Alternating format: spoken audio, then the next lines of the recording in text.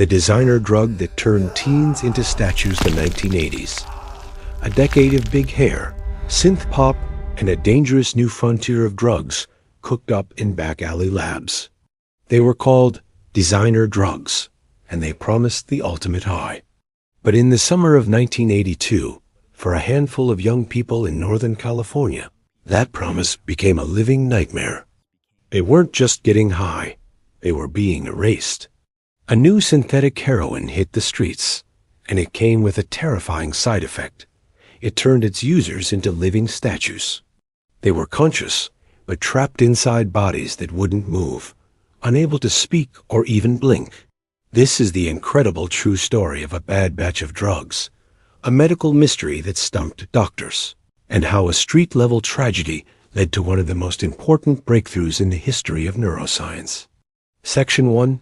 The Frozen and the Baffled. It all started in July 1982. A 42-year-old heroin user named George Carrillo was brought to a San Jose hospital. He was bent over, drooling, and completely immobile conscious, but frozen. The docs were baffled. Here was a man in his 40s showing the most severe, late-stage symptoms of Parkinson's disease, a condition that usually strikes the elderly and takes decades to develop. The neurologist on call, Dr. J. William Langston, had never seen anything like it. Young people don't just get advanced Parkinson's overnight. It defied all medical logic. Carrillo couldn't speak, but with tremendous effort, he scrawled a heartbreaking note. "I know what I want to do. It just won't come out right." The puzzle only got stranger when Langston found Carrillo's girlfriend, Juanita Lopez. She was showing the same horrifying symptoms. As more cases surfaced, the diagnoses were all over the map. One victim, Connie Sains, was brought in by her sister after becoming completely immobile over a few days. Doctors, finding no physical cause, guessed it was a psychological issue, a conversion disorder, and sent her home. But Langston wasn't buying the psychiatric explanations. The cases were too similar. Another neurologist just 30 miles away reported two more, a pair of brothers, David and Bill Sylvie, both young heroin users, both suddenly frozen with severe Parkinson's symptoms. Langston now saw the pattern. This wasn't in their heads. It was a cluster. All the victims were drug users from the same area, and all had recently used what they thought was a new synthetic heroin. Langston made a bold, controversial move. He decided to treat George Carrillo with L-Dopa, the standard medication for Parkinson's. The drug works by helping the brain replenish its supply of dopamine, a chemical essential for movement. The result was nothing short of a miracle. Within moments, Carrillo began to unfreeze. He could move, he could speak. It was a stunning confirmation of Langston's hunch. Something had specifically destroyed the dopamine-producing cells in their brains, giving them a chemically induced form of Parkinson's. But the miracle was temporary. As soon as the L-Dopa wore off, they would freeze again, locked back inside their own bodies. The question was no longer just what was happening, but why. Section 2. The Detective and the Discovery. The search for the cause turned into a full-blown medical detective story. The common link was the synthetic heroin, but getting a sample was nearly impossible. Taking a gamble, Dr. Langston went on local TV to warn addicts about a tainted drug on the streets that could cause paralysis. It was a shot in the dark, but it worked. A sample of the poison finally made its way to his team. They had the what, but they still didn't know what the poison was. The key came from a toxicologist who remembered a bizarre case from a few years earlier. In 1976, a 23-year-old chemistry grad student named Barry Kidston tried to cook up his own designer opioid called MPPP, using a recipe from an old chemistry paper. In his rush, he made a critical mistake. He overheated the mixture.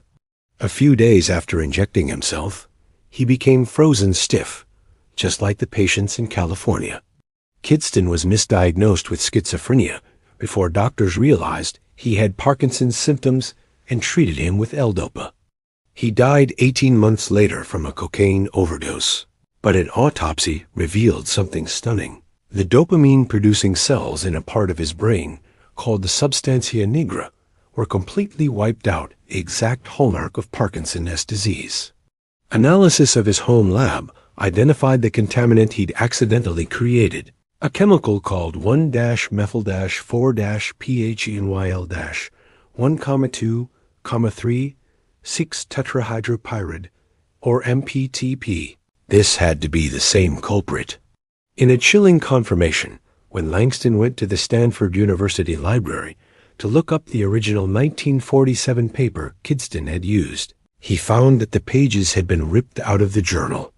Some underground chemist was actively using the recipe, and just like Kidston, they'd made a fatal error. When the street sample from San Jose was analyzed, it was confirmed.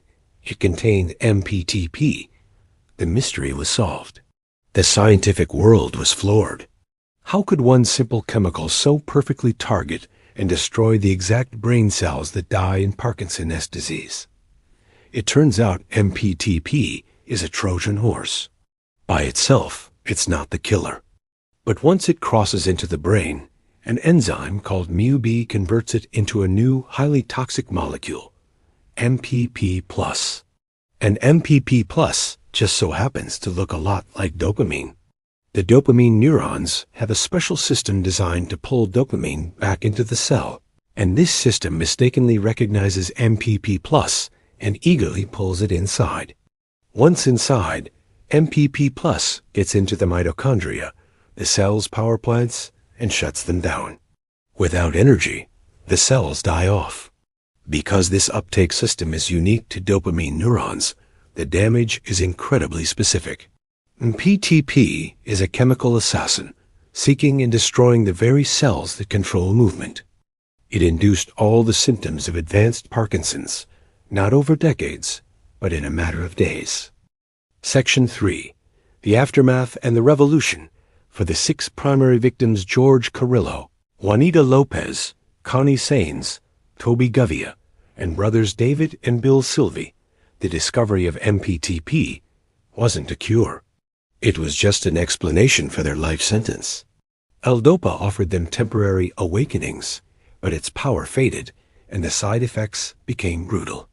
Many developed terrifying hallucinations and unpredictable on-off episodes, where they would suddenly freeze mid-motion. During a police chase, one of the Silvey brothers reportedly suffered a freezing episode while climbing a fence, leading to his capture.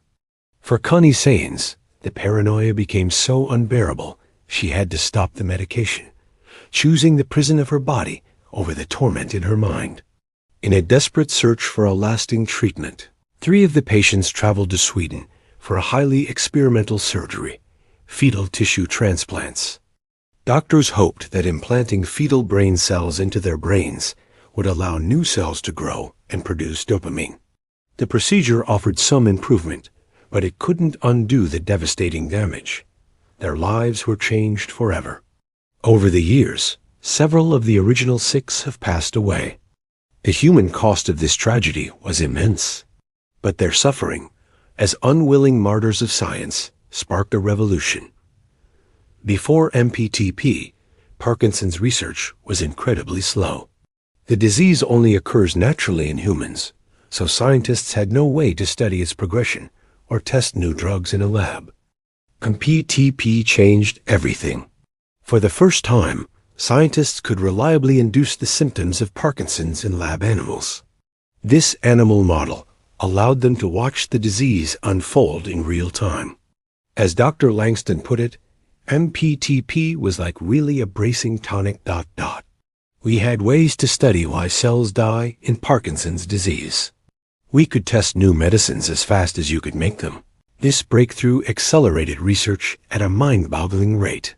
The discovery that the enzyme MAOB was the key to MPTP's toxicity led directly to drugs that inhibit that enzyme, some of which are used to treat patients today. The MPTP model became the gold standard for testing nearly every new therapy, from medications to deep brain stimulation. And the discovery of a chemical that could cause Parkinson has ignited a whole new line of investigation into environmental causes.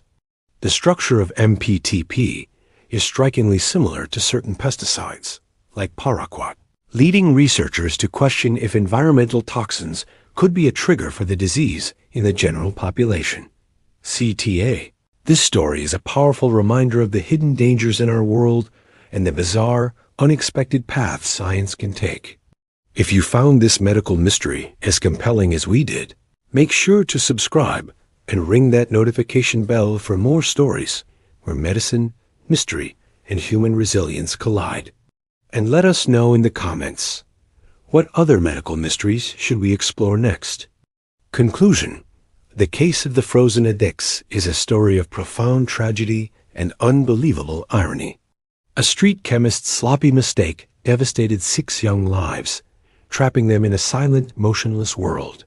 The names George Carrillo, Juanita Lopez, David Sylvie, Bill Sylvie, Connie Sains, and Toby Govia are now etched in medical history, not as addicts, but as the people whose tragedy unlocked one of the greatest medical puzzles of our time. Their suffering gave scientists the Rosetta Stone for Parkinson's disease, a key that has advanced decades of research and brought hope to millions. While a cure remains just out of reach, the path forward was paved by a disaster that began on the streets of California, forever linking a designer drug to a scientific revolution.